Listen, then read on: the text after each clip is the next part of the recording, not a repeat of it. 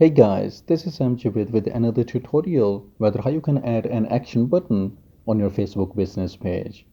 Well, adding an action button on your Facebook business page encourages visitors to take immediate actions like calling, booking, or shopping.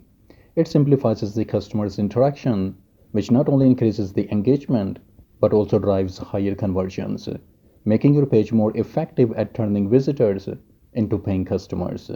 So to add it, click on Add Action button under this ellipsis icon. Then click on Try It. Here you can see that it's set to send message by default, which looks like this on the page. Well, here are a number of options you can utilize according to your needs.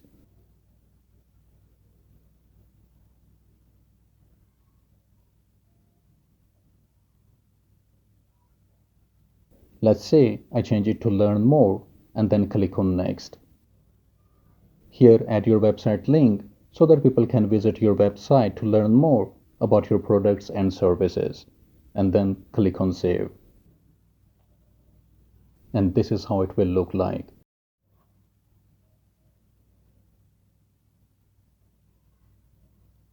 And when someone will click on it, he/she will be led to the website where he can read more about your products or services.